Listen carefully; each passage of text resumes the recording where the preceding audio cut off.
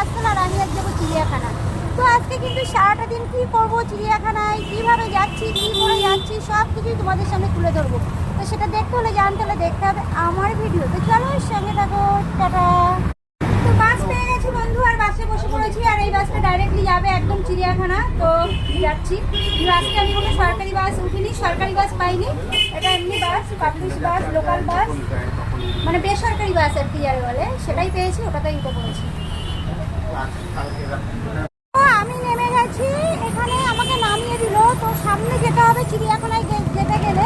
তো আমি এইভাবে কখনো একা চলাফেরা করিনি, তো আমি তোমাদের জন্য চেষ্টা করছি নিত্য নতুন ভিডিও দেওয়ার জন্য। তোমাদের কিসে ভালো লাগে সেই তার জন্য আমার কিন্তু এই সব করা, রাস্তায় বেরিয়ে পড়া, আর ভালো ভালো ভিউ, ভালো ভালো জায়গা তোমাদেরকে দেখানো।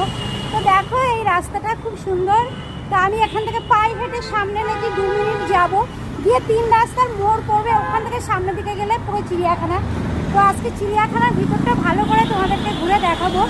হ্যাঁ, এখান থেকে এই যে এই বাসটা যাচ্ছে, এখানে গুগলে দেখাচ্ছে একরকম বাসের নাম্বার, আমি উঠছি আর এক রকম বাসে, সব যেন এলোমেলো গন্ডগোল।